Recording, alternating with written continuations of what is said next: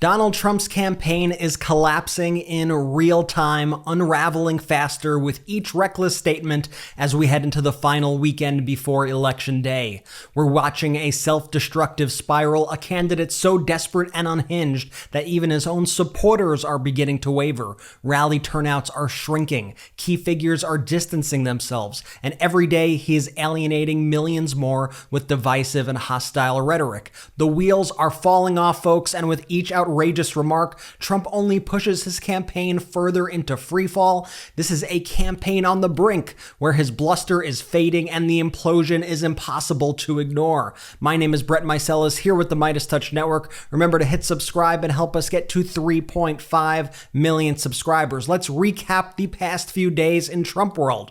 In recent days, Trump and his surrogates have promised to repeal the CHIPS Act, which would cost thousands of American manufacturing jobs, promised to raise taxes on imported goods by up to 1,000%, which would skyrocket your prices, promised to repeal the Affordable Care Act, which would rip away healthcare for millions of Americans, promised that Trump's economic plans will cause hardship for the middle class, saying it's necessary. This is the stuff they are saying out loud. And when you look at Donald Trump's rallies now, you could see that the energy is just not there anymore. Here was his rally yesterday in Michigan. Note all the empty seats and the very, very low energy. Watch. And I've been doing 62 days without a day off, and I am inspired yesterday.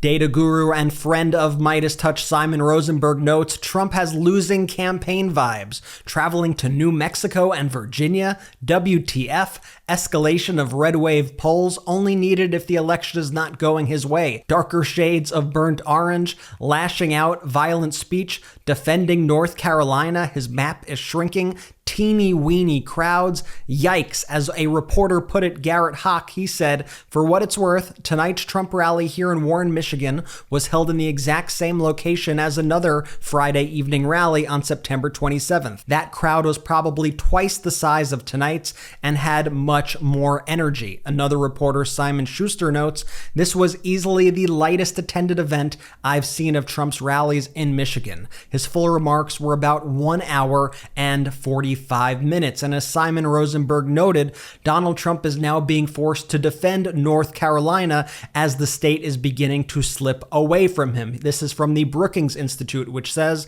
Donald Trump's lead in North Carolina is smaller than expected because he is performing significantly worse among white voters than he did 4 years ago. This is not what Donald Trump should be doing this close to Election Day. He should not be having to defend North Carolina, but he is going there now next week right before Election Day on an emergency trip. Another reporter notes the Trump campaign has advised a Monday rally in Raleigh, meaning he will make 4 stops in North Carolina over the final 3 days. And I just want to take you through a little bit more of the kinds of things Donald Trump has been saying and doing in these past few days. Here was Donald Trump the other night with Tucker Carlson, and I don't know about you, but he seemed very unwell to me. Watch this clip. Just because you see at that bottom, this section right here, that sucker's, I'm going, come on, baby.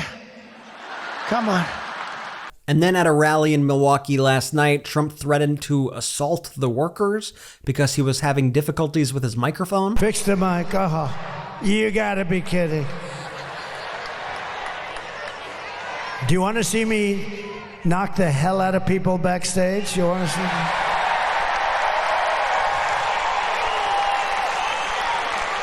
I don't mind if they want to come up a little forward or something, but it's a pretty stupid situation, but that's okay. I get so angry. I'm up here seething. I'm seething. I'm working my ass off with this stupid mic. I'm blowing out my left arm. Now I'm going to blow out my right arm, and I'm blowing out my damn throat, too, because these stupid people. And he just had a total meltdown last night. Then Trump simulated oral sex on the microphone, and the microphone then made a noise.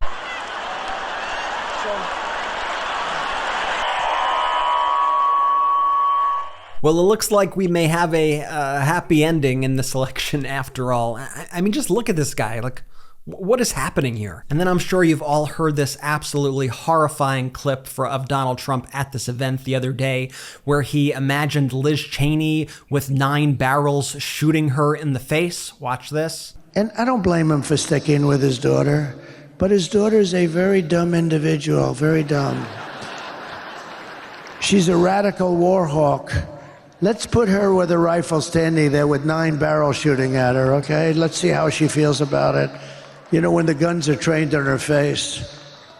And I know that Trump people are trying to excuse his comments and are saying that he was trying to make some other point, but here's the thing. Donald Trump has made statements like this before. We've reported on it here at the MeidasTouch Network. Like, do you remember when Donald Trump on his social media app reposted this image that read, Elizabeth Liz Cheney is guilty of treason, read truth if you want televised military tribunals? You could see right there on the top, Donald J. Trump, read truth. And this sort of language is not new for Trump. Do you remember when he threatened to execute Joint Chiefs Chairman Mark Milley on his social media app? These are the kinds of things he's been saying for a while. This was probably the most graphic version, what he said about Liz Cheney there. And Republicans, like these crazy MAGA Republicans, are now freaking out about Liz Cheney because she is connecting with real conservative Republicans. And so you have Lindsey Graham going on Fox last night, absolutely panicking about Liz Cheney. I mean, watch this. So all I can say, folks,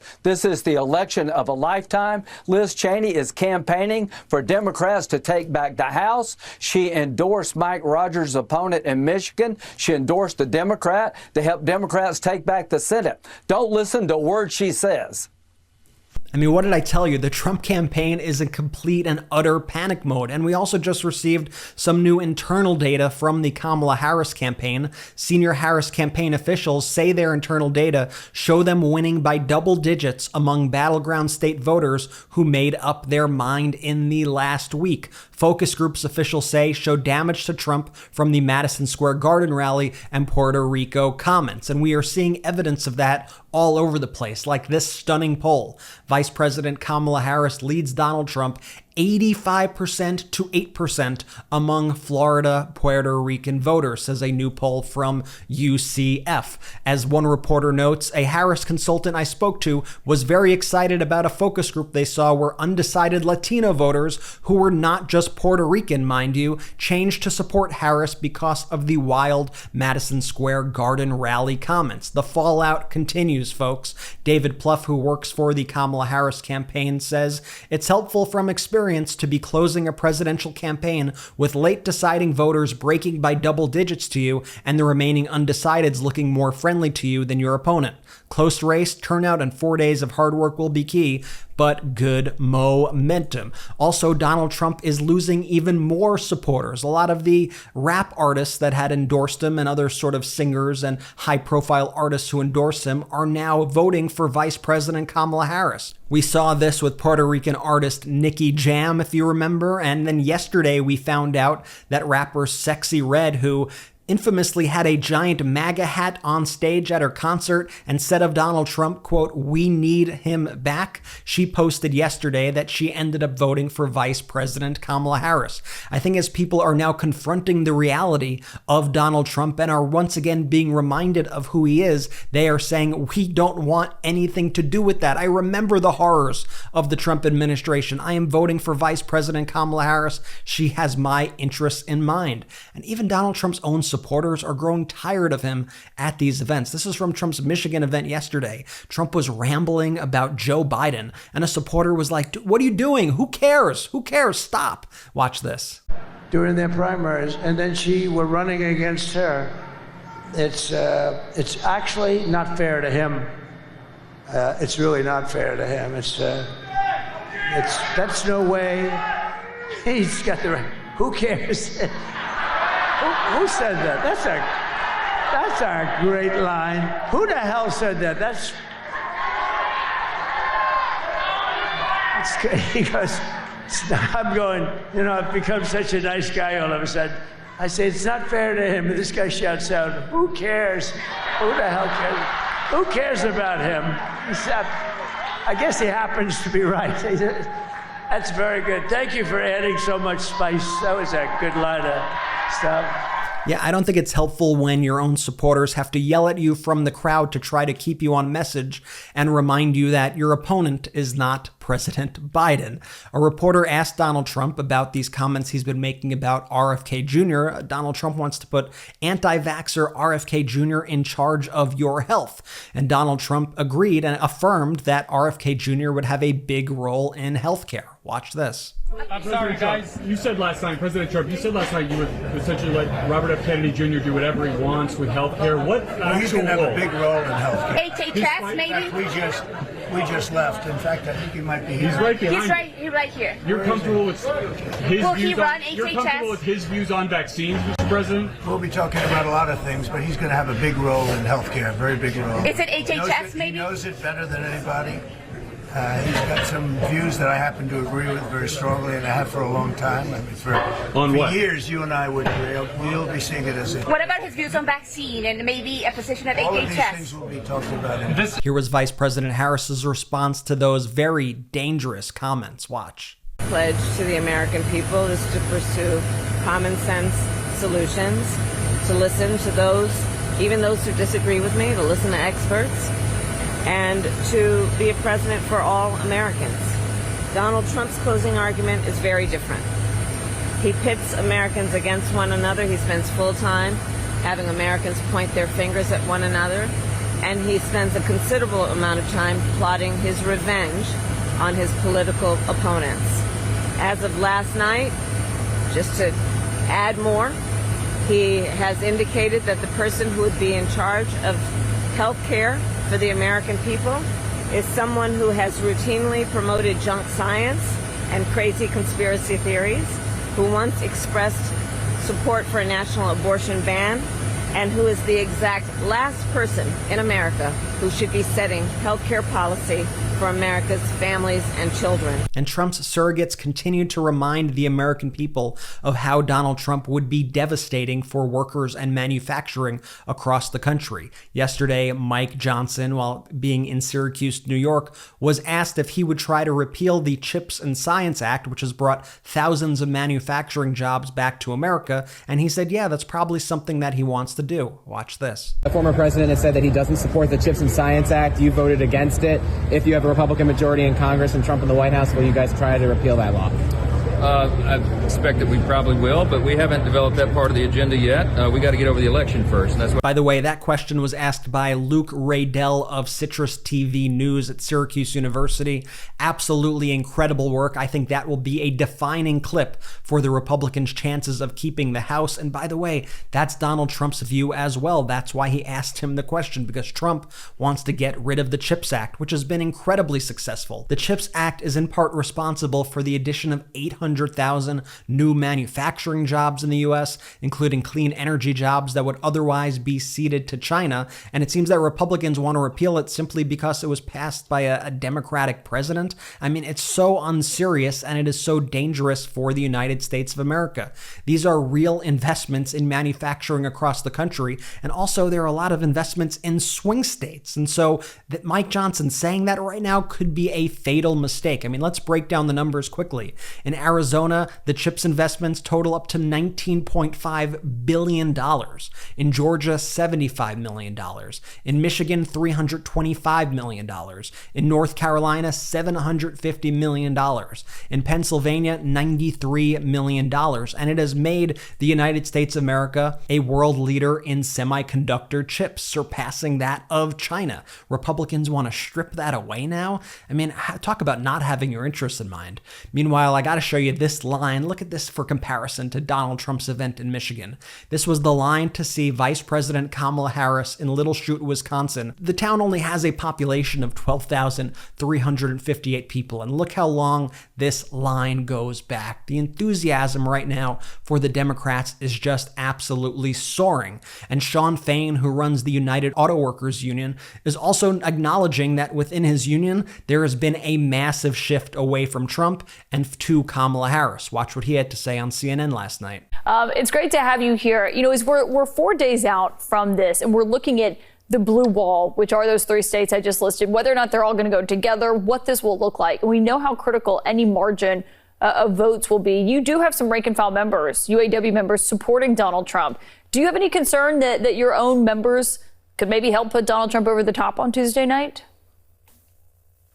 Not at all. Look, we've been doing polling throughout, and you know, a majority of our members supported Kamala Harris from the start, and it's done nothing but increase since that time. We've just done recent polling a week and a half ago. We've seen an overall jump of 20% more support for Kamala Harris than what we saw when we started doing polling. So, you know, we had a majority of our members supporting her at the beginning, and we've seen that do nothing but go up.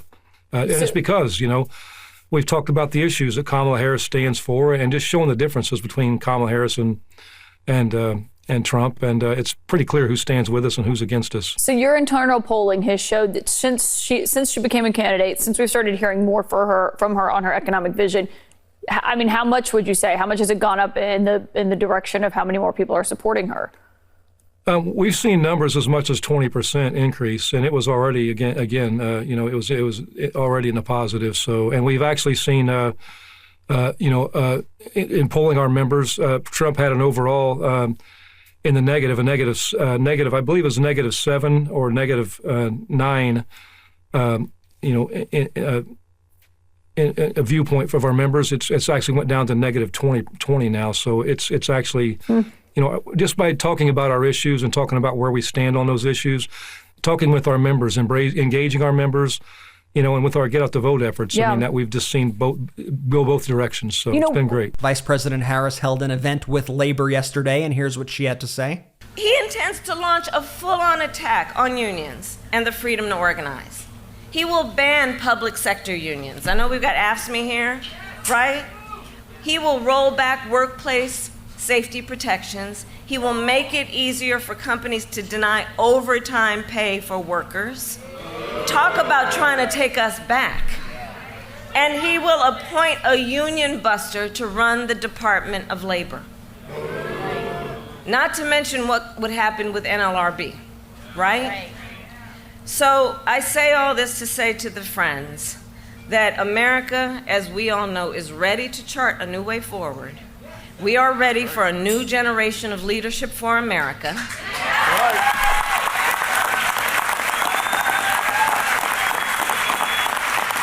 And especially the leadership that together we all offer, that is optimistic about what we can achieve when we are working together. There's a certain spirit of how we think about all this that directly relates to whether as we move forward we will be stronger or not. And here's the thing that we all know. We're not going back. We are not going back. We're not going back. We're not going back. We're not going back. We're not going back. And last night, by the way, rap superstar Cardi B endorsed Kamala Harris. Let me tell you something. I can't stand a bully. But just like Kamala, I always stand up to one. All the time, I'm ready for him. Yeah. And I'm gonna be real with y'all. I wasn't gonna vote this year. I wasn't. But Kamala Harris joining the race, she changed my mind completely. I did not have faith on any candidates until she joined the race and said the things that I wanted to hear, that I want to see next in this country, all right? I believe in every word that comes out of her mouth. She's passionate, she's compassionate, she shows empathy, and most of all, she is not delusional. Yeah. And we are seeing more and more evidence by the day of Republican voters crossing over and voting for Vice President Kamala Harris. Watch this Georgia voter speaking to Fox. Although I am by history a conservative, but I do believe that the values that Trump is currently representing are not mine. And check out what these Republican Wisconsin voters had to say to CNN. Was a direct threat against our democracy, trying to overthrow a legal election. That was it for me. To win, the Harris coalition depends upon people like Bruce Need, raised in a Republican family, whose front yard makes his disdain for the former president clear. And Tiffany Kaler, a Republican who's casting a rare vote for the Democratic presidential candidate. We used to be the party of women to government. We used to be the party of fiscal responsibility. I know there's a lot of Republicans voting for the vice president because we really want to close this chapter in history. And we are now also hearing anecdotally that Trump is having a huge problem in Arizona. Here's a story that somebody shared online. They said, every day out in the East Valley suburbs, I'm talking to Republicans who are 100% done with Trump and Kari Lake. Just got out of a class at Lifetime and the ladies were all chatting and the common thread was, quote, we are Republican and he is crazy. It needs to stop now. And while Donald Trump has been spouting off all these deranged conspiracy theories and just saying the most offensive things on stage every single night, Vice President Harris yesterday was speaking about her plan to give a large middle-class tax cut to over 100 million Americans. Watch this. Imagine that for a minute, right? January 20th, Oval Office. It's either going to be him sitting in there poring over and stewing over his enemies list, or when I am elected, it will be me walking in there on your behalf, working on my to-do list. Because we got work to do. Because we have work to do. And at the top of my list is bringing down the cost of living for you. That will be my focus every single day as president, including I will give a middle-class tax cut to over 100 million Americans. We will enact the first ever federal ban on corporate price gouging on groceries.